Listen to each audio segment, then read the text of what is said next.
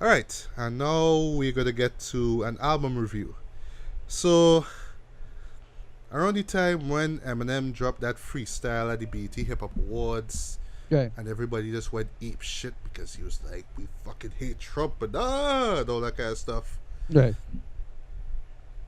One of the most iconic rap groups of all time actually brought out an album. Well, actually, a Yeah. few days after, since that freestyle came out. But just quick little detour on the subject of that freestyle, because we didn't really talk about it because we were supposed to meet up and whatnot, but we just didn't get around to it. What were your thoughts on that freestyle? Were you impressed by Yeah. it, or was it just like, Yeah. that's Eminem, that's being Eminem, Yeah. I didn't really whatever? care about it either way. People make noise. It was kind of funny. It was kind of clever. Yeah, the I couldn't Fantastic care. Four line get quotes though. Right. It Yeah, had moments. yeah. It had moments, but then, overall, it was forgettable for me. Mhm. I just want to hear like a uncut version of this. I just hate the fact that we get censored though, unfortunately. Yeah. But it's just that it just sparks so much conversation, amongst people, and people saying, you're like 43 years old, man. You're not supposed to be talking about those things, man.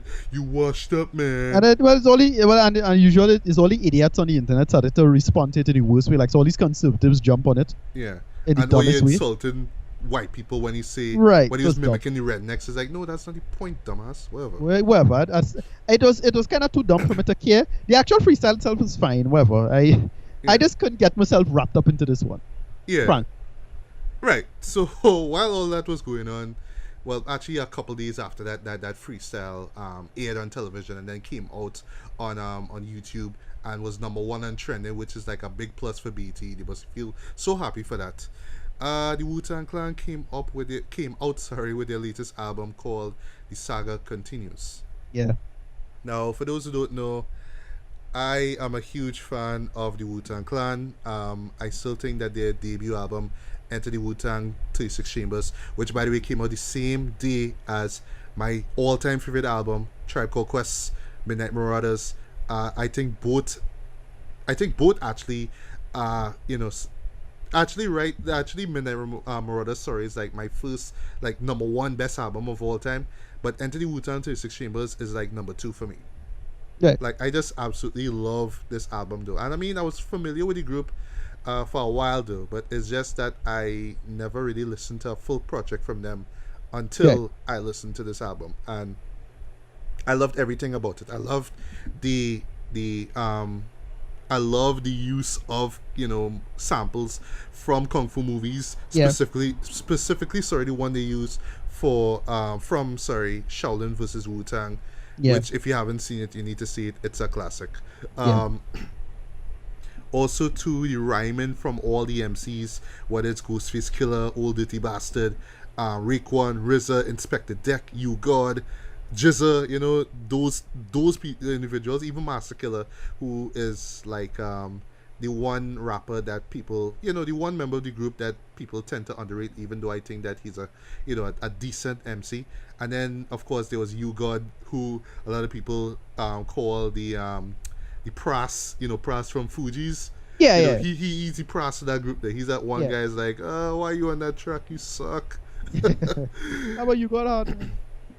No, I don't know. It's just some of his voice though. Like, I would say he stands out a lot, but I think he does his job well. I mean, I don't Yeah. hate on Exactly. him. Yeah, you know what I mean. And He's not it, math. He's yeah, not math, but yeah, he, exactly, right. So I love that. Of course, there was some great tracks from it. Of course, Scream, which is like their signature yeah. song. It's Cashews, classic. everything around me, classic. Classic. Everything about it is just genius. Um, RZA's production on this was just on point. Everything Yeah. about it worked. Um, and then over the years, what I loved about this group is that even their solo albums were great as well. Yeah. Preferably, like, my personal favorites were like Jizza's Liquid Swords, which came out in '95. Um, Although I'm not the hugest fan of ODB's debut album, Return to 36 Chambers, the dirty version, I still listen to the album every once in a while. It's crazy, it's fun, it's ODB, right? Rest in peace, ODB. Yeah. Ghostface Killers, Supreme Clientele, which he brought out in 2000 or 2001, I think it is. I love that album as well too. Method Man's Tikal, his debut album, love that as Yes. well.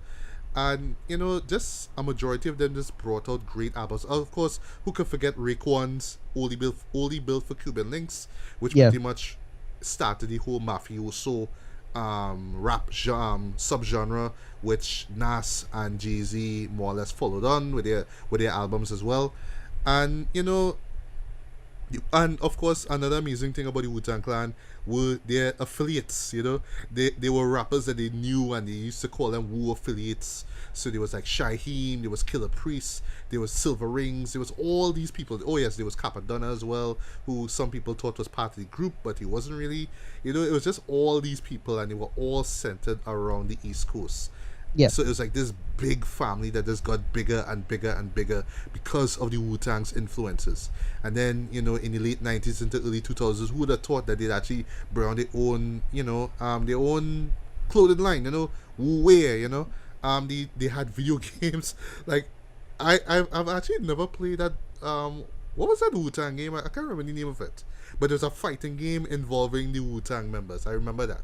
Only the Wu Tang members, or just all the rappers? Well, the rappers, when you So say, it had I know there was gosh, Def Jam Vendetta. I remember that. right, game. the Jeff Jam, right, the Jeff Jam fighting franchise, Right. but it there had was like a one couple of them. before that. There was one before that, which was just the Wu Tang members in this fighting game. I can't remember what it is. It's slipping my mind right now. Yeah. And I of think I know what you're talking about. Yeah. That was around in the late 90s or thereabout, though. And Okay. of course, they had, great hits like Cream that we mentioned before, Yeah. Ice Cream, Gravel Gravel Pit, which some people would say kind of doesn't work, doesn't hold up at all. It's probably one of those videos that they kind of embarrassed by. Although I still love the song. The video dumb, eh? The video is It's kind of a dumb, dumb, but because that whole Flintstones thing don't work at all. The Flintstones aesthetic was real dumb.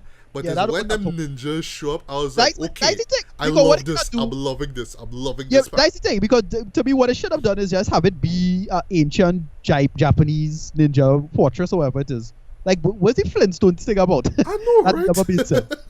But just when Bokeem Woodbine and those ninjas come out, I was like, Yeah. I am Yeah. loving everything. Yeah. I love this. For the Yeah. fight choreography, everything Yeah, works, right? and it was hard, eh? Yeah, it was hard. Oh my god. And then, well, eventually, RZA went on to, with his ninja thing with the in G.I. Joe. Yes. And He's bullshit. like this blind master all of a sudden That in the cracked me up. mountains. I remember seeing that in theaters, and that real was cracked funny, up my that was stomach. funny. That catch me off guard, yeah. Yeah, I think that was around the time when Man with the Iron Fist came out, which he also was in. Right. It's Yeah. a little before, yeah. So yes, RZA loves his kung fu movies, and not just but really what he loves about those movies is the idea of brotherhood. Yeah. It's the idea that they are family, they are brothers, right? Even though they do fall out, like in on record and on off record, they did fall out and stuff, but they always kind of maintain that bond together. And also because of their styles, their flows, so it's almost like each guy had has a specific martial arts style, but in this case it was something lyrical about them. So ODB was like the drunken master. He was just that guy who would just literally sound like he was drunk and he was rapping. Ghostface Yeah. Killer had this kind of stream of consciousness style. He always was kind of animated. He always had this kind of high pitched voice. Raekwon just had this kind of grimy sort of drug dealer stories, that he always had. Jizza, who we used to call the genius, he was just like that kind of self-aware guy that just know everything about the streets, know everything about how it works and everything. I love that. And RZA is like the master. He's just the guy, the guru, who just kind of puts everything together. You know what I mean? So yeah, these guys could have done no wrong, but after in the 2000s, their popularity kind of waned out. People kind of forgot about them, and this is like around the time when Southern hip hop kind of dominated the whole scene. The whole hip hop scene. Yeah. And then I don't want to say that the group kind of split off, but they kind of went on to do their own things, right? There wasn't a solo album from them since I think it was like about 2002 when Iron Flag came out. Right. So there were some solid albums that came out during that period. For one thing, Raekwon came back in 2009 with a sequel to Only Built for Cuban Links, which was my favorite album of 2009. Ghostface Killer teamed up with producer Adrian Young. He was the guy who did the music for Black Dynamite. And if you remember that music, it was more like a blaxploitation kind of thing. So he did this more kind of 60s Italian Giallo thing with his album 12 Reasons to Die, which was my favorite album of 2013, I believe it came out. And then there was a sequel that came out 2 years after. So it's like a concept album where Ghostface was imagining himself as this drug dealer that worked for this Italian mafia group. The Italian mafia group betrayed him, killed him, and spread his ashes out into 12 records. And then when you play all 12 records at the same time, his spirit comes out and he just basically wipes out everybody in that family. So it's like this like grim crime drama horror stuff there, but I thought it worked. But on the subject of Ghostface Killer, I felt that he was the most consistent. He was the guy who was just keep putting out, album after album after album. Even though you mightn't hear about them or they mightn't chat or you might see a video for them, he was just the most consistent out of all the members. ODB unfortunately passed away in the 2000s. Yeah. So yeah, so with ODB's passing, with the Wu Tang members basically just did their own thing, but it was always about repping the Wu and stuff. Riz in particular, because he was so into scoring films, which he started off with Ghost Dog, The Way of the Samurai, which is one of my all-time favorite movies. And guys, if you've seen that movie, please listen to Jizza's Liquid Swords and then go back to that movie. It feels so similar. It's like I call Ghost Dog Liquid Swords the movie. It's like literally everything that what Ghost Dog is about, like this guy who was like on the shady side of things now, but he had this kind of samurai code to him. He believed he was a samurai and stuff. That's to me is like what Liquid Swords is about. Like that movie kind of embodies what Jizza's album is about. But anyway, so RZA was doing his film scoring stuff. He worked on Kill Bill. He even did some acting with Mighty Iron Fists and stuff. Which it's a throwaway movie, but I applaud the effort. And he did put out a sequel, which was alright. Method Man, of course, united with Redman, brought out one of my favorite albums as well, Blackout. I love this album. This was just them at the A game. I absolutely love this. Of course, Method Man, did his acting thing with Redman. Of course, with How High, he acted in other shows as well. Yeah. And just basically in a nutshell, everybody just kind of went off and did their own thing. So it wasn't until I believe it was 2012 or 2013, I can't remember, where they decided to come back for one last hurrah with A Better Tomorrow. And as a Wu Tang fan and as a hip hop head, I kind of hated this album. I thought it sucked. And like I understood what they were trying to do. I got the approach. It's like, okay, this is the 2010s. We're not in we 20s anymore. We're veterans. We're old. So we kind of want to come off like, alright, we are the elders and we are telling you kids out there, don't do this, don't do that, treat your friends better. Yeah, that kind of approach basically now. So they came off more like this wasn't the raw and raucous, group that I knew that that more or less dominated the East Coast hip hop scene in the 90s. They just kind of got old basically, and you could hear it in the music now. Like the last track of this album is called Family Reunion, and he used this old 70s song now. This a family reunion, thing. Like this is a group that was singing Wu Tang Clan in nothing to fuck with. And now they're doing this whole happy, oh, we're all reunited, guys, and yeah, family reunion, man. It's gonna be all happy, man. Like, it just did not feel like a Wu-Tang album at all. It felt like RZA was just doing so much of movie scores that he just wanted to do a score of his own.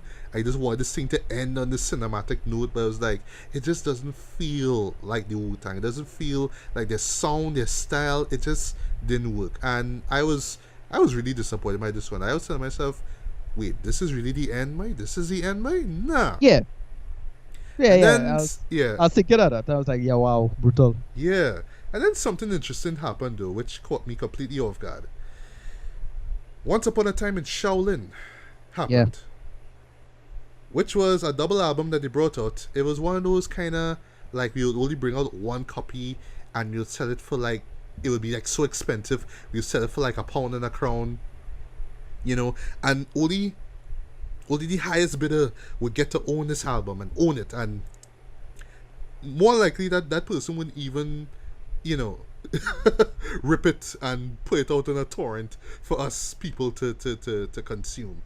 And the person who ended up buying this album was Oh, yeah. yeah, Martin Scarelli. Shkreli. Martin Scarelli, yeah. Yeah, famously bought this album, right? I think he leaked parts of it. Said he was he promised to do it at that point in time Yeah, he on was playing some of it YouTube. on a Yeah, stream. Or a stream, I think. yeah. Yeah. So I mean, I forgot about that entirely. I thought that was like real disappointing. Like, okay, um, I don't know if the point of it was is that you want your legacy to hold up even when the world pretty much comes to an end, because I think that the album won't be heard until like the year 21 something or some kind of madness like that.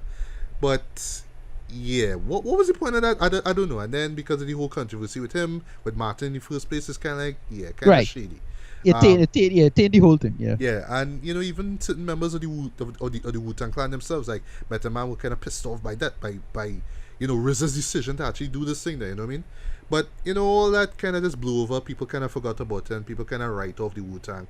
But then you know, with last year, with how Tribe Called Quest came back, you know, miraculously to deliver their final album, we got it from here. Thank you for your service, which I absolutely love. Is actually my favorite album of 2016. You know, it's like, all right, if a group like this who started off in the 90s, well, actually late 80s, I should say, could end things off on a high note and still be true to their sound, even in 2016, why the Wu couldn't do that back in 2014? What was wrong? You know what I mean? Yeah. But fortunately, we got the Saga Continues. And I just say this right off the bat. This is a return to form in terms of their sound, in terms of their style. But I can't say, like, I don't know for sure if this is their farewell album. I kind of doubt it. Because well, I should say, because these artists are used to putting out albums anyway, you know. Look, well, for example, Raekwon brought out an album this year, The Wild, which is actually pretty good. Master Killer actually brought out an album this year called Loyalty is Royalty, which is actually pretty decent as well. Right. Method Man brought out albums, brought out an album, I believe it was last year. And of course, like I say, Ghostface Killer just keeps putting out albums and album after album because he just wants to stay, you know, consistent now. So I kind of doubt that this one will be the actual end of the Wu Tang. It was just going to be like the last Wu Tang project ever. I kind of doubt that, but let me just jump into you know the track by track reviews. Yeah. Not gonna spend too long on them. I'm just gonna run through what they are and what my thoughts are on them. Right. So The tracks, yeah. Well, go ahead. Yeah. yeah, so we start off with the intro called "The Saga Continues." Right. It starts off with the Shaw Brothers intro theme Yeah. song, which everybody knows right now. If you know Wu Tang, if you know Kill Bill, then you should know this song right off the bat. So after we get the Shaw Brothers theme, you know, we get some, you know, we get the typical samples from your kung fu flicks. You know, you expect that from the Wu already. So that was nice. And I forgot to mention, a majority of the production here is handled by a Wu affiliate Mathematics? called Mathematics. Right? Yeah, mathematics, yeah. I'll talk about him in a bit, right? So Yeah. right after the whole vocal snippets, we get this kind of dramatic, kind of soulful instrumental, and RZA's just doing this kind of freestyle, this kind of stream of consciousness style. There's this one line where he says, "Continue like Buck Rogers in the 21st century, and we still gotta duck the fucking coppers." I thought that was a cool line. Yeah. Yeah, so I wasn't really blown away by the intro, but it was an interesting way to kind of start things off. So we kind of jump into the second single of his album. I don't know if you've heard it yet, sorry, called "Lesson Learnt." And this one, Yeah, I was listening to the album yesterday, running through it. But I didn't listen to the whole album. It's just certain tracks stood out for me, but you'll get to them soon. Certain tracks do stand out. I will say that much. Yeah. Inspector Deck's here. Redman is here. Redman actually comes through with a real catchy hook. I love in the second verse where he says, well, he comes through in the second verse. So Inspector Deck comes in the first verse. And, oh, by the way, Inspector Deck also has done work with rapper producer duo 7L and Esoteric. They formed this group called Zarface. I've loved their first two projects. The third one, which came out last year, was kind of but the second one, which was Every Hero Needs a Villain, I love that. That was actually my second favorite album of 2015, but that's enough about them. So he comes through really good, and I love he comes through with some really great lines here. I like where he says, I splash bravado, fast catch aficionado, Savage Vandal, I'm a Legend of Tomorrow. I was like, oh, he's doing that whole comic book reference thing, Yeah. which he has done in Zarface. They do a lot of comic Yeah. book Right. references in that. So I love how he did that there. And he even mentioned Scarelli in this one. So he says, you know very well, bet he swell. You can tell he gel, as in jealous. My price hiking like the pills Martin Scarelli sell. Right. That's referring to those pills that apparently was to cure The, AIDS yeah, or the HIV, yeah, the HIV thing, medication. right? So Yeah. I like that he kind of took shots at him now. So I assume Yeah. that he's taking shots at him. Redman comes through with a, like I say, with a great hook. But I love in his second verse where he says, "You on top of the world, mama. Looky here. I'm a boy beasting in my car. Paul Revere. Get it? Reference to Yeah. Beastie Boys. Paul Revere, one of the best tracks. Right. So overall the track was really dope. I love the beat as well. I love the how soulful it was, and you know the nice little piano keys and violins in this beat. And something that caught me off guard is where Redman comes out and says, and I'm feeling bad because I supposed to be a Wu Tang fan.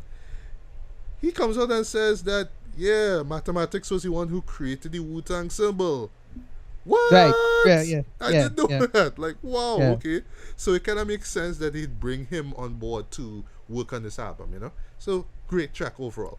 Um, Track number 3 is Fast and Furious, which features Raekwon and some guy called Hugh Hef, which I've never heard of before. I've never heard about this guy before until now. Both of them kind of just spitting like these real grimy hustler stories. Both of it kind of involves with some kind of shootout. Well, in case of Hugh Hef, some shootout with a rival gang, and Raekwon being captured by the feds because, of course, right? I love how grimy it is. Like, it's one of those tracks, like, when you hear it, like, if you're familiar with Wu-Tang stuff, you'd imagine Ghostface being the guy to rap alongside Raekwon because, you know, they have that chemistry together, and especially when they do these kind of grimy stories. But, you know, Hugh Hef, I thought, was great here. I love how intense he got in the first verse. It just kind of built up now as he got more intense now. Raekwon, you know, he just comes through, once again, just doing that whole grimy stuff that he's well known for. I love the moody sort of nocturnal beat. I love the violins and horns. It kind of gives this kind of blaxploitation vibe here. And just the storytelling in it was great. This is overall just a storytelling track. Although I just find, personally, this would have been something that Ghostface and Raekwon should have been in instead of Raekwon and Hugh Hef. Although, yeah, Hugh Hef was great, but Ghostface should have been in this one. So yeah, this was a great track as well. It's not as fast and furious as you may imagine from the title, but it still works. Then we get this skit. It's called Famous Fighters, and you know you get some more vocal snippets from more kung fu flicks. They mention Wu-Tang as they always do, and I mean, this was decent, but overall there was no need for it. This kind of felt like a commercial break, if you will, before we jump back to the album. So now we get to one of my favorite tracks, which is called "If Time Is Money." Fly Navigation. Yeah, the Method Man track. Yeah.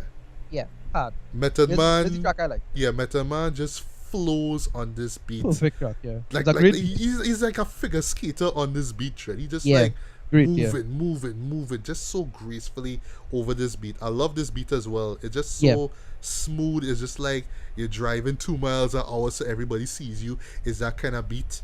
And Met just kills it, though. I love the lines here.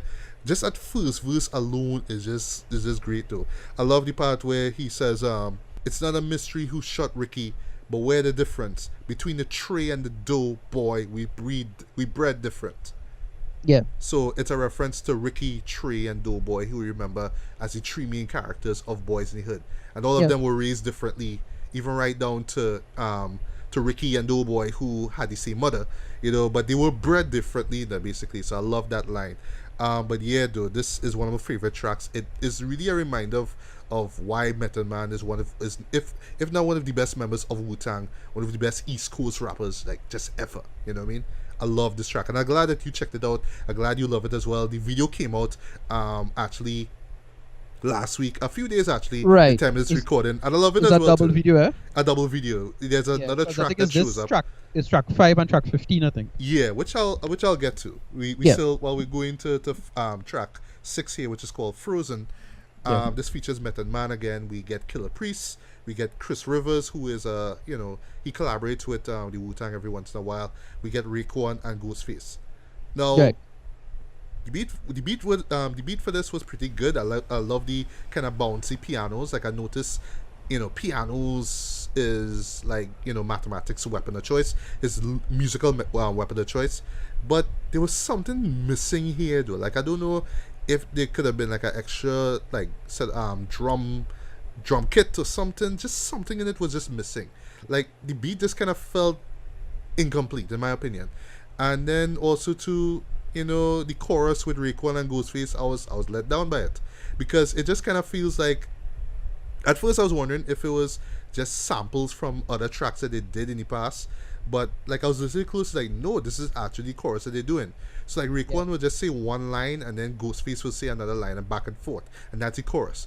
And that's something about how Ghostface sounds in it because Raekwon's being grimy and then Ghostface is being loudness. So I was wondering like, okay, they actually record this separately, they record it together. I'm not too sure. Yeah. It was kind of weird. It just really threw me off though. But Killer Priest, sorry, sounds great. Method Man sounds great. Chris Rivers sounds great as well. Can't complain. It's just that chorus and the beat. I don't know, just didn't work for me. But I guess I need to listen to it a couple more times and maybe I'll feel it. Um, then we get a skit called Berto and the Fiend, and I was kind of reminded of this skit that was on Ghostface album called Woodrow the Basshead, which is just basically this crackhead basically just kind of rambling on and just talking a set of shit now. But in this case here is where Ghostface is telling his friends about some crackhead, sorry, a hustler, sorry, who got beat up by a crackhead. And well, fortunately, that beat doesn't that skit doesn't last for too long. But I couldn't help but remember that one skit from that Ghostface album. So whatever. Moving along. Uh, Next track, which is one of my favorites, we get Pearl Harbor, Yes. Love this track. which features Method Man, Ghostface. Ghostface. RZA, my bad, Yeah. Ghostface, and the Yeah. late great Sean Price. Yeah. P. Yeah. And here, this A great man hook. yeah, Ghostface comes with this grimy hook. But I was Yeah. like, It is yes. yeah. When he say a lot of ho ho ho's, but it is, Yeah. I love how he says that. It's just so grimy. The beat in this Yeah. is grimy, but Sean Price kills it though.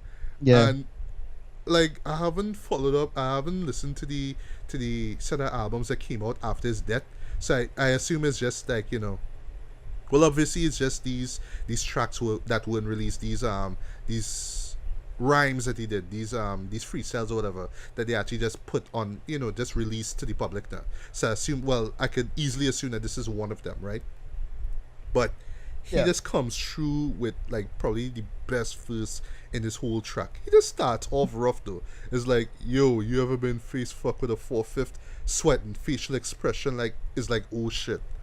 I had to rewind that part like twice. I was Yeah. like, you start off so hard, boy. Jeez. And he just keeps this hardness though. And once again, he always loves to take shots at rappers though. It's like, yo, these fake ass rappers call themselves rappers, he always tends to rhyme rappers with rappers. But it's something that we kinda come to expect from Sean Price anyway. But yeah though, he just comes with like the hardest verse on this entire song. Method Man comes through with a great verse as well. RZA comes through with this kind of multi-syllable kind of stream of consciousness style, but he sounds great here, I must say. Ghostface, I mean, he doesn't do a verse, but he does the hook. But that hook is just so goddamn brilliant, though, that I just didn't even care that he didn't get a verse of his own. But overall, Pearl Harbor was just fantastic. I love this.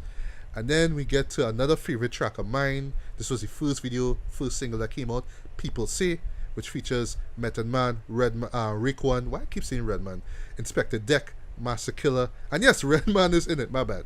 Right? This, if you're familiar with Wu Tang songs, this is a certified Wu banger. Wu banger 101. This is every bit as great as, like, say, Triumph and Cream and those songs where it's just like a select amount of members and just delivering one great verse after another great verse. Yeah. I love the beat in this. It samples this whole, I think it's like late 60s or early 70s kind of soul love song. I love the sample here. I love the hook. It's great. Everybody comes through with a solid verse here, and I just love how it kind of feels really dark and nocturnal. Now. It just feels like you're just driving down this dark road at night and you just bumping this in your car. Though I just love everything about it. This is hands down one of the best tracks in it. Everything about this works. Uh, then we now get into a skit called Family, and this is just basically this unnamed woman just talking a lot of facts about the absence of fathers in African American families, and Yeah. they do touch on different very intriguing issues, I should say. Like one thing they're saying about how some women just tend to show off and say, "Well, I don't need a man," so sometimes that's why they kind of become lesbians and all that kind of stuff. But still, when they try to raise children, there is no father figure there, and it does kind of hurt things. Even though the woman could have that pride inside of herself and see she could handle things on her own, you still need that father figure, even especially when it comes to to boys growing up. You know what I mean? They need that. And Yeah. from that, I was kind of getting a particular theme of this album, which is just basically them being these elders or these father figures in hip hop. So even though they may not be as popular as they used to be back in the days, they want to come off as we are the wise ones. We are these wise men who could basically show you what real hip hop is about and inspire the next generation in a way. Which in a way is what A Tribe Called Quest's last album was about, and what A Better Tomorrow was trying to be but just failed. But anyway, so the next track is called Why. This is with RZA and this chick called Swinker. I assume she's Jamaican because she talks Jamaican patois, but she also Right. sings as well. And she does this kind of Beanie Man Romy refrain where it's why, that kind of thing. I mean, it works well in the chorus as well. And this is just basically RZA's version of the story of OJ, in my opinion.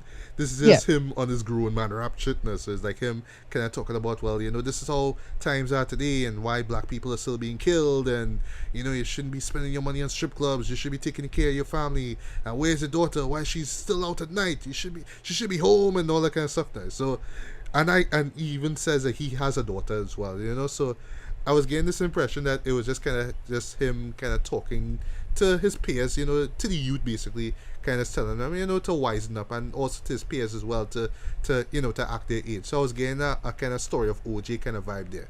The reggae beat wasn't half bad. It was good. Didn't really care for it, but overall this track was good. That's more filler than anything like that. But I applaud RZA's decision to actually put out a solo track, if you will, where he really does spit a lot of wealthy knowledge here. The next track is called G'd Up, which features Method Man, a guy called Missy Jones, and a guy called Armin. And the beat that Mathematics provide here sounds kind of slightly animated here. It sounds like something out of a cartoon. Like if you just try to animate a rap beat, this is how it sounds. So it's these kind of Mickey Mousing kind of beat, musical flourishes that go along in this beat here. So it took a while for me to get into it, but I kind of got used to it. Method Man, he actually flows with it pretty good though. Like I would say right off the bat, sorry, Method Man, comes through, with probably like the best verses on this entire album. He does not disappoint here. Um, we have a hook from Missy Jones, a kind Yeah. of R&B-ish hook, which kind of caught me off guard. Is like, okay, we doing some kind of R&B stuff here, all right. So is Wu trying to be, a little contemporary? Not the first time they've done it before. They have dabbled in R&B before, nothing new. But I didn't expect it here. But the hook here is not bad. It's not bad. But it's Armin who comes through with some great verses here. I don't know anything about him. I believe he's a battle rapper, but I know that he has Armenian heritage. Okay. So I like this line where he says, "We known to do this. The flow is losing. It's so abusive. Was born a Christian, but Joe, the truth is that Doe is Jewish." I love that. Yeah. That was a dope line there. Overall, this is like a kind of unorthodox kind of beat. Well, the beat itself is rather unorthodox, and the song itself takes a little while. It will take a while for, like, well, for me, it took a while for me to really get, but I listened to it again and I kind of felt a little bit more. So it's one of those tracks that I just need to listen again and then I really feel it. Next track is called If What You Say Is True, which features Jizza, Master Killer, Capadonna, Street Life, and the late great Old Dirty Bastard. Yeah. And if you're familiar with the sample that they use from Shaolin vs. Wu Tang, the title is a direct reference it. So it's If What You Say Is True, the Shaolin and the Wu Tang could be dangerous. That's the actual line. And Yep. it's kind of weird that we don't hear that sample. We hear mathematics saying it. If what you say is true, the Shaolin and the Wu Tang could be dangerous. It's just kind of weird that you was hearing him as opposed to the actual sample. But anyway, and the beat here, like, I don't know, when I was listening to this, I would just imagine, like, in those like action movies or like these Western movies, you have that one scene where the characters kind of arming themselves and then they walk out in slow motion about to go to the final showdown, that kind of thing. It has that kind of feel now, like all these MCs just kind of going out to war and this is just the music that they walk into, basically. So Master Killer, Capadonna, and Street Life, all of them just come through with these really grimy lyrics, right? And then we have Jizza, right? Who I've always regarded as one of the best rappers in the Wu Tang. And they only gave the man 8 bars, right, to rhyme on. Yeah. And I was like, the fuck? 8 bars? And this is like, he's now being introduced to this album. And you only give this guy 8 bars. And all he raps about basically, although I kind of got it upon my second listening, is that he's talking about being all mystical about the role of the MC. Like, once you grab that mic, it's like this sort of mystical bond and all that kind of stuff kind of going on there. He kind of basically is like the philosophy of being an MC, right? Which kind of doesn't work with regards to how everybody else is just being all grimy with this beats. But I kind of, maybe he's kind of just rounding things up. He's saying, well, this is how these MCs could be so great on the mic, even though they are at a particular age. But still, it kind of felt a little out of place, and I wish he had more lines. And then we got this snippet from a concert that ODB was in, and I was like, okay, well, this is ODB. All right, I get it. Okay, whatever. Moving along. So yeah, didn't really care for this song at all, but I guess this is once again that I have to kind of listen to more and then I'll probably like. So the next track, well, this is a skit basically, it's called Saga, and this is just a 1 minute continuation of that freestyle that RZA did at the beginning of the album, and it's just him just being in this whole stream of consciousness mind. So he's just talking about stuff about we gotta save the world's doomed, and just stuff that in his head now. And I was reminded of this particular track that he did off of Wu Tang Forever called Sun Shower, which is just basically 5 minutes of him just trying to be all philosophical and talking about how families need to stick together and times are getting hard and all that kind of stuff. But it's just like, yeah, I didn't really care for that either. But fortunately this one kind of lasts for a minute, so I can't complain. And then we get to Hood Go Bang, which was that one track that you heard in the If Time Is Money video, right? Yeah. And yes, this beat does go bang. This is a banger. Yes, it is. I love Redman's chorus. This is what it sounds when the hood goes bang. Like, I love that. It's jumpy. But here's the downside to it though. This is just one verse from Method Man and the chorus. Well, the chorus opens up the track. You hear one verse from Method Man and then the chorus again, and then it just ends. Yeah. Yes, so this track runs for like about 2 minutes, and I'm like, so you couldn't give the second verse to Redman? Yeah. Because, I mean, I love Method Man and Redman as a duo. You could have given us that, please. You know what I mean? Yeah, the Rockweiler, come on. Epic song, right? So yeah, this was a kind of letdown, but I still love the beat though. But I don't know, like in my head I could just imagine one day we might get an actual remix where we get more MCs and maybe Redman could squeeze in a verse or something. But yeah, this could have been much longer. Right. And then we get a track called My Only One, which is like the love song on this track, because I guess we need a love song. I don't know why. Which features Capadonna, RZA, Ghostface, and a guy called Stephen Latour. Never heard of him before. And each one of them rap about, rap to their respective significant other, and it's all about, I could treat you good and I could buy this for you, all this glamour rap stuff. So Right. nothing new, haven't, not the most innovative song out there, but at least they try to do something a little bit different. At least they try to be a little bit light here, where everything else was kind of dark and kind of grim. But it was a nice change of pace, although I didn't really care for that song, unfortunately. Also, well, sorry, we're almost done here. We have the final interlude, which is called Message.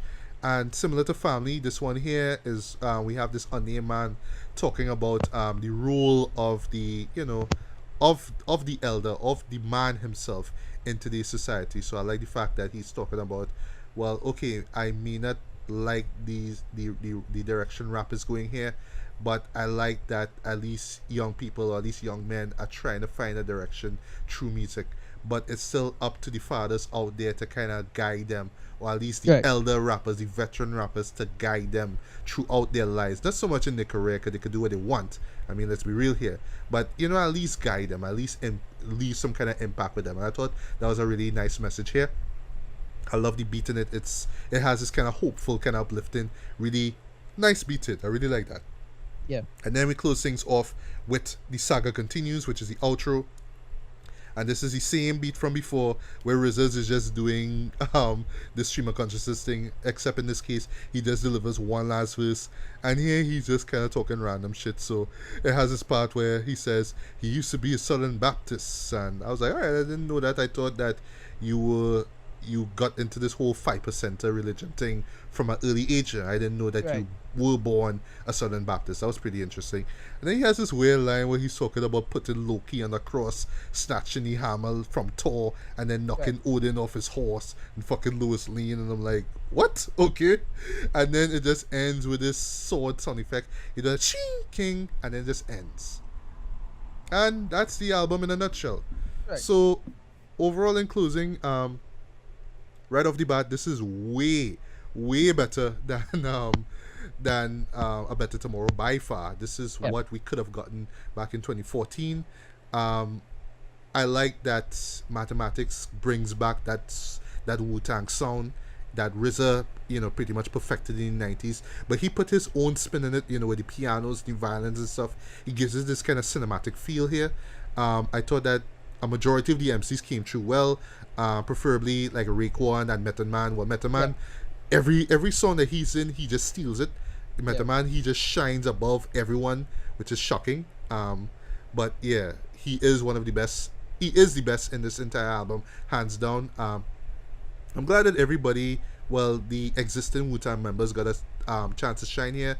But just one thing though, no You God. Where was Right. You God? I don't know if there was a falling out with You God, I don't know, but You God's not on this album. It's like, what, they couldn't squeeze him in a chorus, in a first verse, something, nothing. But I was really disappointed. I was really let down by Jizza. I felt that because he is one of the more, I don't want to say intelligent, but more profound rappers in the group, I felt they could have given them more to do. And I am glad that they do shout out, or at least they use vocal snippets of ODB in 2 of the tracks. But I don't know, I kind of felt that they could have done a little bit more with those samples, in my opinion. Apart from all that, I mean, Ghostface is fine, although the chorus with him and Raekwon on that one track didn't work for me. Raekwon is fine, RZA is fine as well, even when he's just trailing off in that freestyle of his. But yeah, everybody in this album does come true, even the newbies that I am not familiar with. I'm also glad of the fact that they were able to reach out to other artists as well, people that I don't know, and give them a time to shine, have them collaborate on a Wu-Tang album. And I thought that was really good. One drawback though is that I felt that the album itself could have been a little bit more cohesive, could have stuck to its particular theme, which I believe it's about them being these fathers of this style, this sound, and just trying to, making sure that the next generation of rappers are somehow influenced by them in some way, shape, or form. I thought that that theme itself could have been a lot stronger. There were a few tracks that I didn't really care for, some of which and then there were a few tracks that just kind of need to grow on me. But overall, yeah, this was a solid album though. I wouldn't say it's one of their best works. I wouldn't say that this is top 10 worthy for me, but yeah, this is definitely one that, if you are a hip hop head, you should give this one a listen to. You will like it in one way or another. Um, if you're a newbie and you've never heard of the Wu Tang before, I strongly suggest that you check out their earlier stuff first before jumping into this one here, because just their style and the flows here, if you're not familiar with them from their previous albums, you'll just be like, all right, I don't care about this. Let me just go back to Future and Young Thug, who, by the Right. way, have a collabo album came out. It's called Super Slime. I'm not Who's gonna that? review it. Future and Young Thug do have a Oh yeah, collaboration yeah, I album. saw that. I Yeah. listened to it. Crap, I terrible. haven't listened to it yet. I'm actually gonna check it out tomorrow. Hate Actually, it. Hate it. Rubbish. I don't know. I just can't wait to see what Yeah, ridiculous but, shit a they come couple up with. decent beats here or there, but mostly a waste of time. Right. And this little slight little segue here. I know you're a Future fan. Just kidding. But I was kind of disappointed with Future's work this year. Like, he put out two albums, Hendrix and Future. Yeah, I didn't care for this- neither one of them. I mean, Mask Off was good, but That's it, yeah. that's just it. But yeah, apart from Oh, but all, I didn't see the Battle remix with Kendrick kind of hard too. yeah, it is. Although I wish Right. they actually put that on an album sometime. But anyway, but all that aside, though, yeah, this is Wu Tang, more or less back in their niche, in their zone, doing what they do. And if you go into that, wanting that, then you're gonna be, pleased by this. But if you're going Yeah. expecting more, then you're gonna come out of it a tad bit disappointed. But overall, it is what it is. It's a Wu Tang album. They're back. I'm not sure how long they're gonna be together. I'm not sure if we're gonna get another album in the near future. I'm not even sure if we're gonna hear Once Upon a Time in Shaolin before, the Judgment. I don't know, but all in all, yeah, this was Yeah. pretty decent. So I would give this a strong 3.5 out of 5 stars. This Right. is one that if you're a Wu Tang fan, you should definitely check this out. You will love it. You will love the majority of it though. And I'll just say this in closing though. I like the fact that, and no, this is nothing new, but I like the fact that even in the 2010s, veteran MCs like from the 90s, even further up, are still putting out work. And Yeah. yes, we don't really rely on the Billboard anymore. It's all about iTunes and tours Right. and all that kind of stuff. So that kind of makes or breaks how popular you are. But I'm glad that there are MCs out there that still are passionate about their work, about their field, and they're still putting out work. Like, who would have thought that, the Wu Tang Clan, the members of the Wu Tang Clan, sorry, would still be putting out work today, you know what I mean? I think that's great. And in this year and all too, I mean, we had records from like men like, Sadat X and Cool G Rap and Right. just veteran MCs there, you know what I mean? And you would think that these rappers should just kind of just go in the hole and just retire. But no, they're just coming back and they're doing what they love, Even right down to Public Enemy has brought out an album this year. And it's dope. It's really dope. You should check it out. Right? Yeah. So, and it just all goes to show that, it's just the power of music. It's just being passionate about what you're doing. And, I don't know what they're going to do once they hit that ripe old age of 50. But, even Public Enemy, Chuck D and Flavor Flav are in their 50s and they're still putting out work. So, I don't know. Yeah. I am all for them putting out music now. I think that's inspirational for the young MCs out there. That yeah, I know it's hard out there, especially with relevance and all that kind of stuff. But if you are passionate about your art, about your craft, you could keep on doing this thing until you reach 70. You know what I mean? And yeah, if you have that, if you establish that legacy, you know what I mean? That's what Eminem did with that freestyle. That's what Jay-Z did with his 444 album. I'm Yeah. glad that's what the Wu-Tang did with this album here. So, yeah, if you call yourself a fan of hip-hop, definitely check out the Saga Continues.